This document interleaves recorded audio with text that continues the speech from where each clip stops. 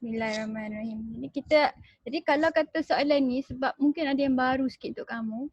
Jadi kiranya cikgu akan ajar kamu lah saya nak jawab, faham? Jadi cikgu lah yang akan banyak menjawabnya nah.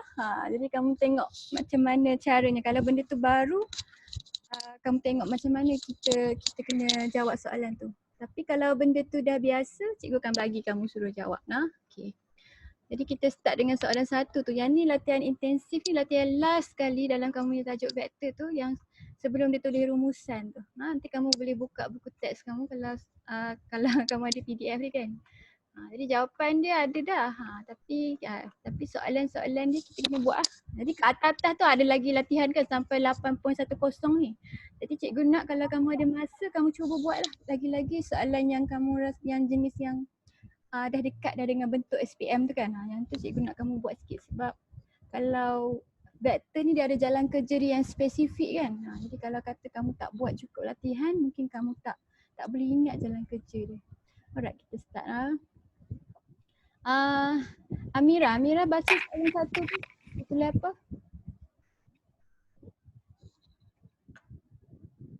Dua daya F1 sama dengan negatif 4,3 dan F2 sama dengan 7,5 dikenakan ke atas suatu objek seperti raja di sebelah. Cari daya paduan. Okey, jadi dia suruh cari daya paduan. Dihitung magnitude daya paduan itu. Okey, jadi yang ni biasa je lah sebenarnya. Ini macam fizik betul tak? Jadi cuma sekarang ni dia tulis dalam bentuk lajur, maknanya di Cartesian ni kan, di Cartesian. Jadi yang ni kalau kita tukar jadi I dengan J, vektor apa tu? F1 kamu? Negatif 4i tambah 3j. Negatif 4i campur 3j. Alright. Ni kalau kata kamu nak jawab dalam bentuk lajur pun boleh. Kalau kamu nak jawab dalam bentuk yang I dengan J pun boleh. Dia tunjuk kamu macam mana nak tukar. Okay, jadi F2. F2 dapat apa? 7i tambah 5j. 7i campur 5j. Ini sama dengan fizik, maknanya kita nak cari daya paduan tu kita akan cari vektor paduan, kita tambahkan je vektor F1 dengan F2. Jadi paduan tu adalah F1 campur dengan vektor F2. Betul P sebab dia vektor kan. Okay. Jadi kita tambah je lah. Kita tambah macam biasa. I campur dengan I, J campur dengan J. Kamu dapat apa paduan antara dua vektor tu? Apa jawapan dia?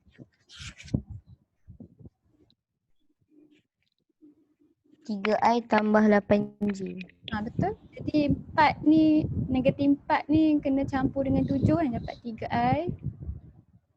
Lepas tu kamu ada 5 campur dengan 3, jadi 8j. Jadi kalau tulis dalam bentuk ni boleh. Kalau tulis dalam bentuk lajur, 3 kat atas, sebab x kat atas, y kat bawah. Okey, jadi kita dapat dah. Yang ni maksudnya dia nak daya paduan, maknanya dia nak vektor paduan lah, sama lah. Sebab kat sini dia punya vektor tu daya. Daya paduan tu maksudnya dia suruh cari vektor paduan dua orang ni, tambah je macam biasa. Okey, jadi macam mana nak cari magnitude pakai formula apa? Magnitude pakai formula apa?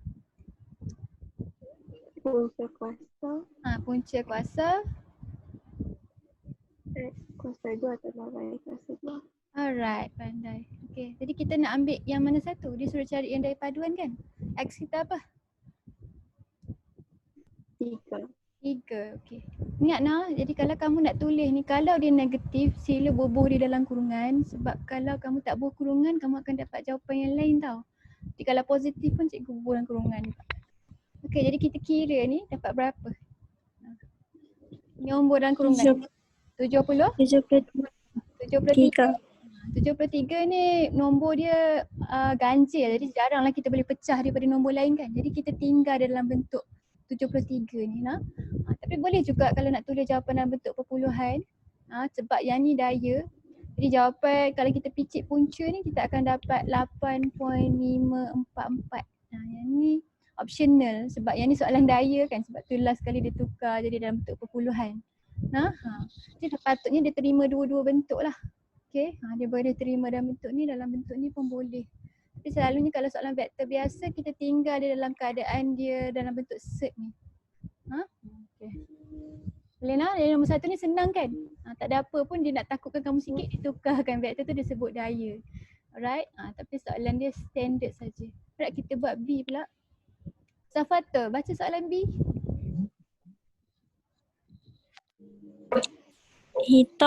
Soalan B. Ha. Soalan B. Soalan nombor Hitam entik daya. soalan nombor 2. Sorry, dah habis dah soalan nombor 1. Diberi P ialah kurungan K tolak 3 I tambah 14J dan Q ialah I tambah kurungan K tolak 8J dengan K ialah pemalar. Jika P selari dengan Q, cari nilai K. Alright. Jadi yang ni dia ada cakap selari kan. Kalau selari kita kena buat apa, ingat tak? Ya. Apa dia? P Apa sama jalan kerja dia? dengan lambda Q. Jadi kita kena hubung kaitkan P dengan Q dengan suatu perkali yang kita panggil sebagai lambda, boleh? Okay, jadi P sama dengan lambda Q. Lepas tu kita buat apa? Bising pula cikgu punya WhatsApp ni. Cikgu punya ke yang bising? Okay, jadi P kita gantikan apa vektor P? Yang panjang ni kan? K tolak 3I campur 14J kan? Jadi bila kita dah tulis macam ni, kita tak habis lagi, kita kena cari nilai lambda, boleh? Jadi bila kita kata dia selari, kita kena cari nilai lambda ni dan kita cari nilai K. Tengoklah, kalau kita boleh dapat equation yang ada K saja dan tak ada lambda dia, bolehlah kamu selesaikan K saja. Tapi sebab dia darat dengan Q ni, selalunya mungkin mesti kena cari lambda dulu. Dia kena cari nilai ni. Kamu tak boleh tulis P sama dengan Q sebab apa? Dia bukan vektor yang sama kan, dia vektor yang selari. Jadi bila Q ni darab dengan lambda, baru dia jadi sama dengan P. Itu maksud dia, equation kamu ni. Kita ganti K tolak 3I campur 14J sama dengan kena kecil sikit, dia kecil sikit. I campur lambda darab I campur K tolak 8. Lepas tu ada J, lepas tu kita tutup kurungan. Jadi kat belah sini semua orang kena darab dengan lambda. Jadi kamu buat yang tu.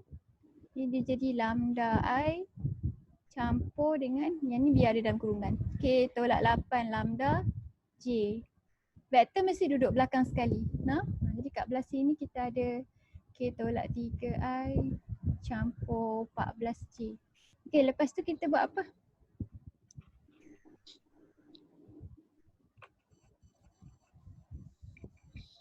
Kita buat apa?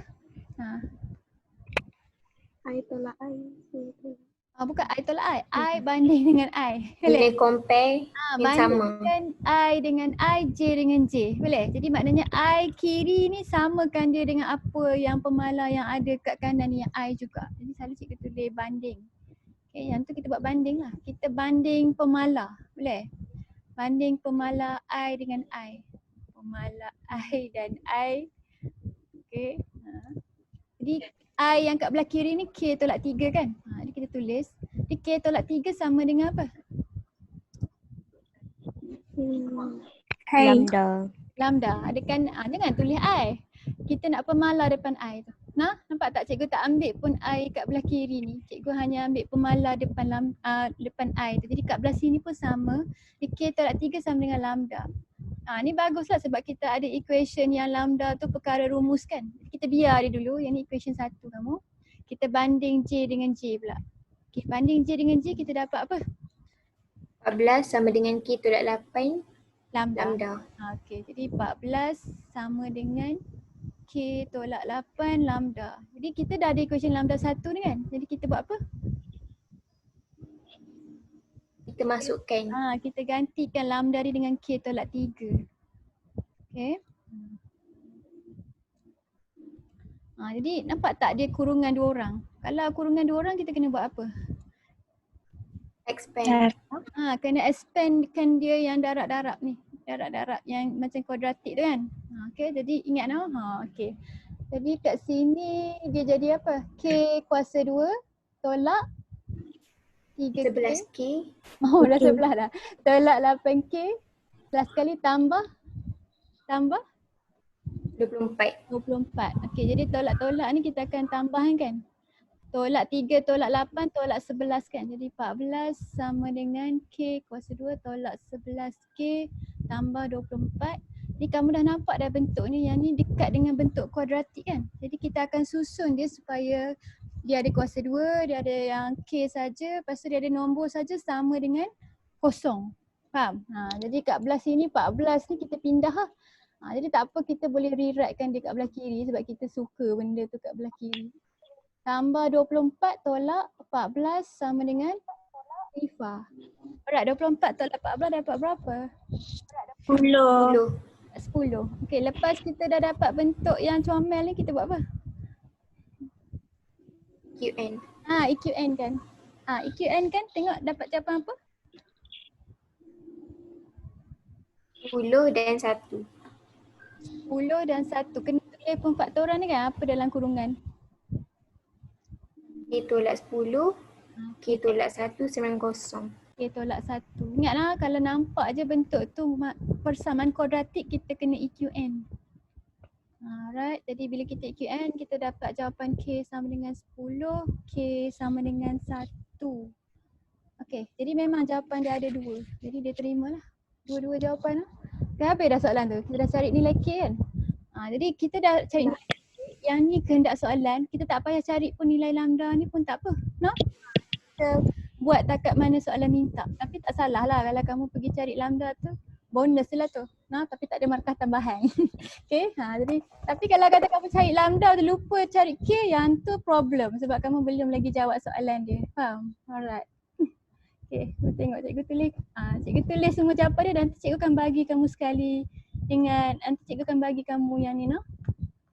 Jawapan ni. Okay. Nombor 3. Siapa nak baca nombor 3? Izzah ada?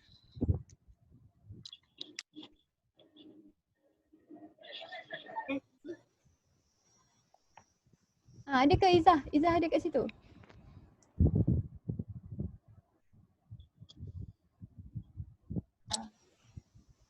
Ke tak ada? Tadi macam ada.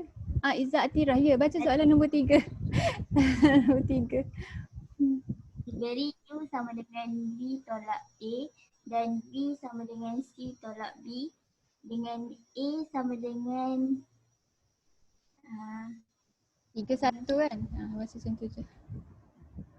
1, B sama dengan 5 negatif 2 dan C sama dengan M negatif 6. Jika U selari dengan V, cari nilai M. Seterusnya cari magnitud U disebah magnitud V. Yang ni soalan dia panjang sikit kan? Dia bagi kamu 2 vektor, vektor U dengan vektor V kan? Lepas tu dia bagi kamu vektor A, B dan C. Ni maknanya kamu perlu guna A, B, C tu untuk cari nilai M lah no? Okay, lepas tu dia kata U adalah selari dengan V dulu. Jadi kita macam mana kita nak start soalan ni? Kita buat apa dulu? Apa dulu? Apa yang kita boleh Tulis vektor bagi A, B dengan C. Kita tulis vektor bagi A, B dengan C dalam yang gantikan U dengan V tu betul? U dengan V tu nampak tak U tu B tolak A kan? Jadi kita ambil vektor A yang kita ada tu sebab yang tu dalam I dengan J kan? Kita akan gantikan dia ke equation yang vektor U ni supaya kita dapat dia dalam sebutan I dan J, betul? Jadi kita akan ada U, lepas tu kita ada V, lepas tu dia selari. Kita akan buat equation kita yang ada lambda tu kan, kita akan tulis U adalah sama dengan lambda V untuk kita cari nilai M. Alright, kita start dengan tukar vektor U yang sama dengan vektor B tolak A ni dalam sebutan I dan J. Jadi kita ganti B kita apa? Boleh je guna dalam kaedah lajur, kita buat lajur pula lah. Okay, jadi yang ni apa? 5 negatif 2 kan? Negatif 2. Tolak dengan Negatif 2. 3, 1. Jadi bila kita kata tolak kat sini, macam mana kamu nak buat tu? Kamu kena tolak atas dengan atas, bawah dengan bawah, betul? Kamu kena tolak dua-dua. Dia dapat berapa? Apa vektor U? Apa jawapan yang laju? Jadi kalau tak confident, kamu kena buat I dengan J. Berapa dapat vektor U? 5 tolak 3 dapat apa? 2. Jadi maknanya vektor I untuk U ni 2, vektor J dia berapa? Negatif 3. 3. Tolak 2, tolak 1 jadi tolak. Negatif 3. Alright, jadi dah dapat dah U. Kita buat untuk V pula. Jadi V vektor dia C tolak B kan. Jadi C tolak B. C kita M tolak 6. M negatif 6. Lepas tu B kita 5 negatif 2. Okay, yang ni apa? Apa vektor B?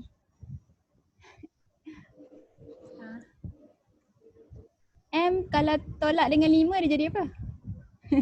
M tolak 5. Ni tak boleh buat apa-apa sebab kita kena cari M ni lagi kan. Jadi atas tu M tolak 5, bawah dia jadi berapa? Negatif 4. Negatif 4. Okay, jadi kita dah Negatif dapat dah yang ni. Dah dapat dah U dengan V. Lepas tu U dengan V adalah selari kan? Asad, macam mana kertas cikgu ni dia sisih. Okay, U dengan V ni selari. Jadi kita tulis apa? U adalah sama dengan Lambda. Alright. Lepas tu kita buat apa? Ganti. Gantikan dengan vektor dia ada ni. Jadi cikgu rasa yang ni kalau kita buat I dengan J mungkin kamu selesa sikit kan. Jadi kita buat I dengan J. 2I tolak 3J sama dengan lambda darab dengan yang ni I kamu kan. Jadi di dalam kurungan M tolak 5I lepas tu tolak 4J. Alright. Okay, equation yang comel macam ni. Lepas tu buat apa? Kita buat apa? Darab lambda. Darab masuk lambda. Okay, pandai. Jadi dia jadi M tolak 5 lambda I tolak 4 lambda J. Okay, belah sini apa ada I dengan J kan? Alright. Okay, kita dah nak habis dah. Kita buat apa last sekali? Kita banding. Banding I dengan I. Dapat equation apa masa kita banding I dan I? Equation apa dapat?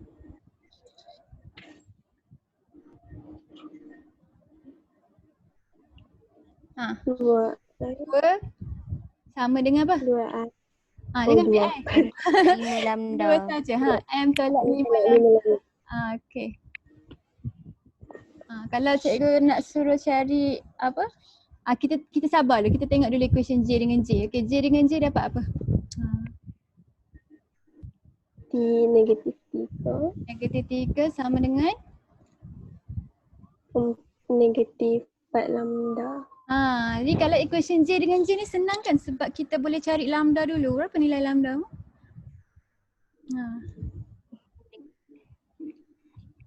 4 ni letak bawah 3/4. jadi 3/4. Okey, apa nak buat dengan nilai lambda ni? Gantikan dekat sebelah tu. Gantikan kat equation yang I dengan I ni kan. Jadi dia akan jadi apa? 2 sama dengan M tolak 5 darab dengan 3/4.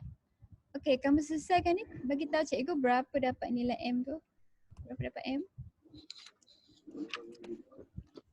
13. Ya, dapat 13.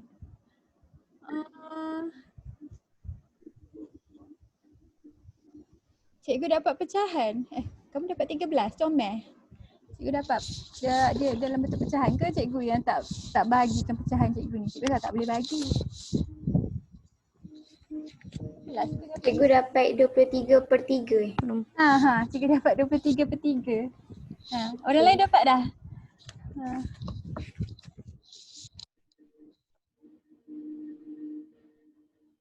Okay, Nurin beritahu cikgu macam mana nak pemudah ni supaya kita dapat M.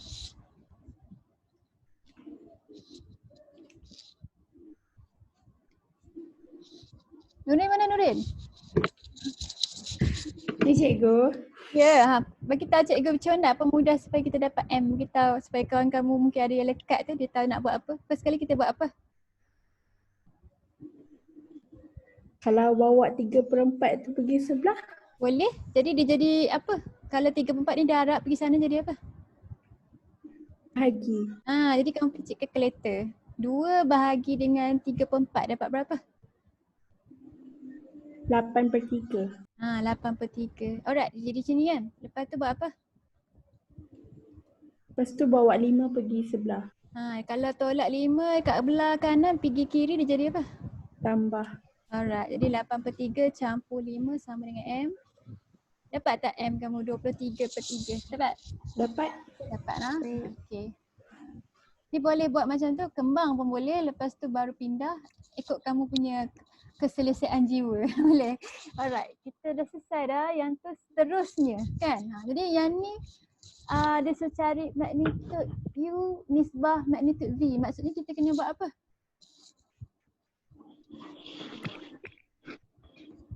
Kita kena cari magnitude lah. Tadi formula magnitude apa? Mana cikgu nak tarik kertas cikgu ni? Punca kuasa. Punca kuasa. Oh, cikgu tulis semua kat ujung. Sekejap, cikgu zoom. Macam tu. Okey. Punca kuasa. Okey, mana U kita tadi? U tadi berapa? U 2-3 kan? Okey, jadi kita cari. Jadi berapa magnitude U? U dalam palang ni. Alright. Ingatlah kita letak dalam kurungan. Jadi -3 kuasa 2 tu akan jadi 9. Bukan jadi -9. Yang ni dapat apa? U dapat apa ni? Punca 13. Punca kuasa 13. Alright. Yang ni punca kuasa 13. Okey, V pula. V dapat apa? M tadi berapa? Gantikan lah. Ini V. M tadi 23/3 kan? Jadi kita tukarkan 23/3 tolak 5 dapat berapa?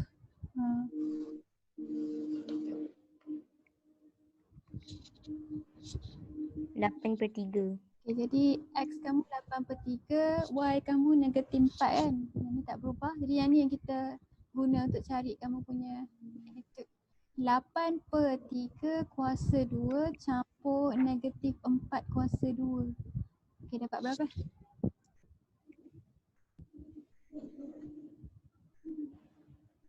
Berapa dalam punca kuasa juga? Punca kuasa 208/9.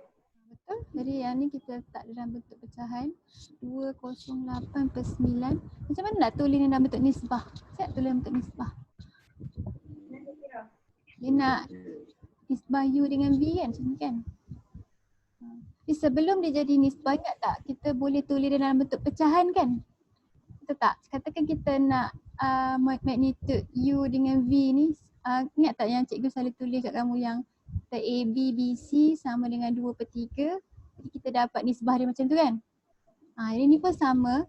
Kalau kita ada, ni nisbah, simbol nisbah. Jadi kalau kita ada dua benda, kita nak dia dalam bentuk nisbah, kita ambil yang U ni kita letak V kat bawah dia. Kalau dia nak U nisbah V, maknanya U kita letak kat atas. Jadi U modulus per dengan V modulus sama dengan jadi U tadi punca 13 kan? Punca 13 per dengan 208/9. Yang ni kalau kamu pergi Cikgu, ya. yang V tu kalau dapat dalam jawapan set boleh tak? Boleh. Cuma dia belum jawapan akhir lagi kan. Jadi kita akan, kalau kita guna dalam bentuk ni dulu pun tak apa. Asalkan jawapan akhir tu kita ringkaskan. Kalau kamu tekan kalkulator kamu punca 13 bahagi punca 208/9 ni kamu dapat apa? Kamu dapat nombor cantik tak?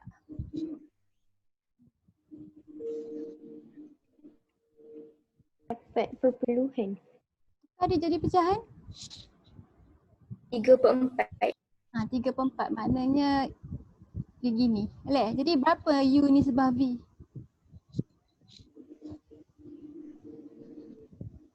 Berapa 3 U? nisbah 4. Betul. Jadi U nisbah V sama dengan 3 nisbah 4. Clear lah? Faham lah? Jadi dia jadi cantik kat sini. Dia jawapan akhir tu yang nak dalam bentuk nisbah sebab dia kata dia nak dalam bentuk nisbah. Okay. Faham lah? Boleh?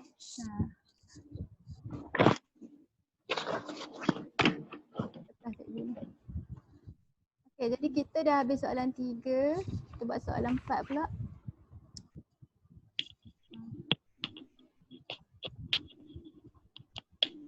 Siapa kat sini? Anis baca soalan 4 tu.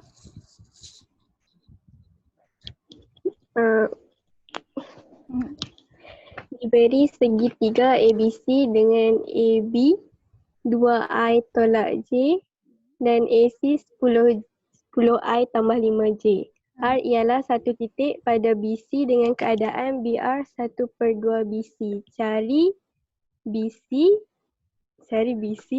B vektor unit dalam arah BC, C AR. Cari AR. Jadi dia suruh cari 3 benda. Dia suruh cari BC dulu. Lepas tu dia bagi kamu vektor kan. Nampak tak? Dia kata ABC tu segitiga. Jadi kalau kata kamu nak lukis segitiga, boleh juga. Sekejap. Kecilkan sikit kertas ni.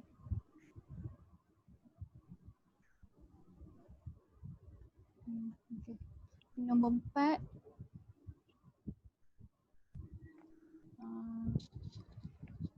Segitiga ABC tu ya. Okay. Ni bubuh je, dia tak kisah. Kalau segitiga ABC ni kita boleh label je macam mana kita nak kan. Lepas tu dia kata AB ni 2I tolak J. Lepas tu AC yang ni AC 10I tambah 5. Sorry. 10I tambah 5. Tambah 5J. Lepas tu R ialah satu titik pada BC. Jadi dia kata ada satu titik pada BC ni kan. Jadi bubuh je. Sebab lukisan kita tak payah nak accurate. Bubuh satu titik R. Lepas tu dia bagi kamu ratio BR dengan BC ni kan. Jadi dia kata BR adalah sama dengan setengah BC. Kita nak guna ratio ni, kita nak tulis kat sini berapa bahagian yang BR berbanding dengan BC ni.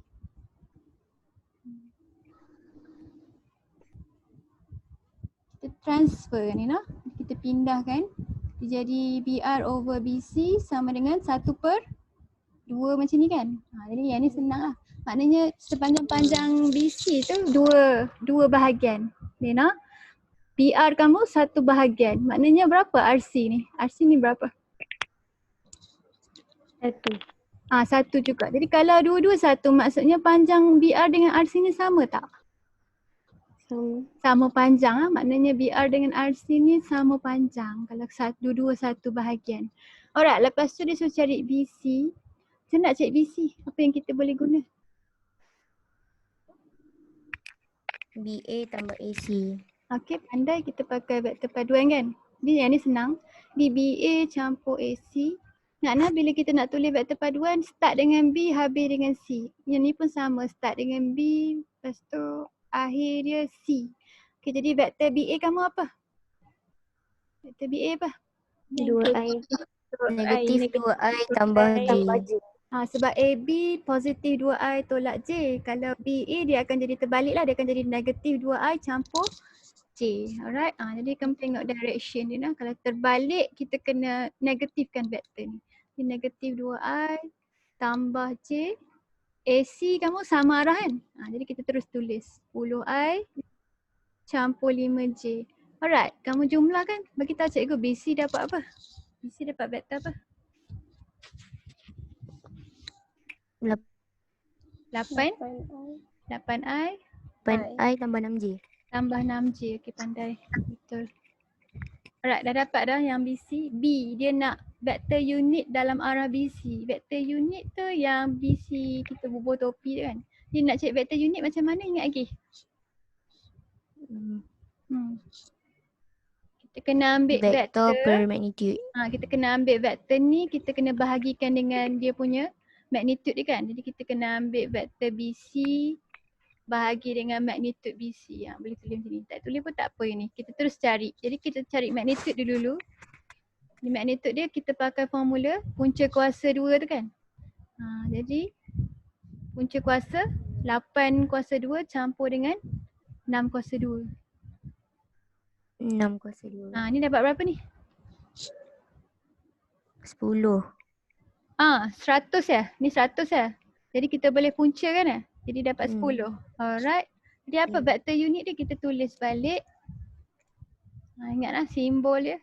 8I 8 per 10. Kita betul tulis asing macam ni. 8 per 10I campur 6 per 10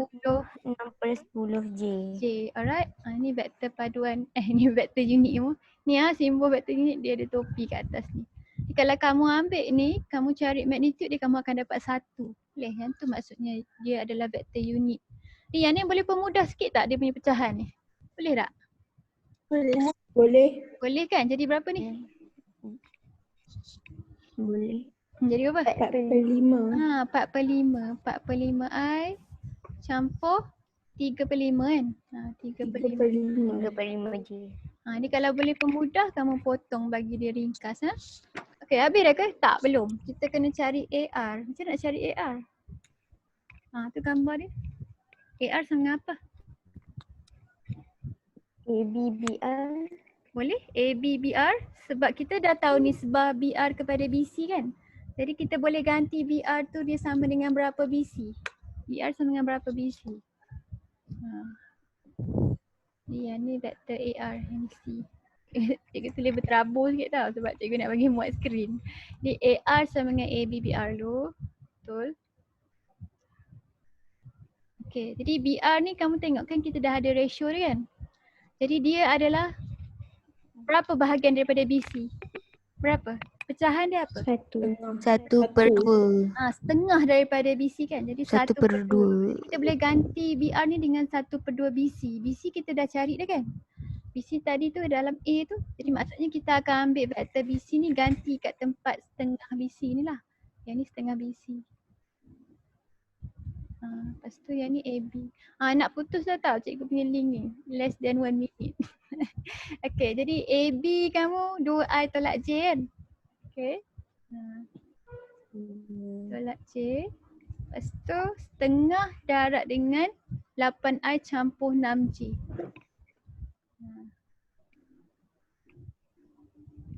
Alright, kamu kira ni kamu dapat AR berapa?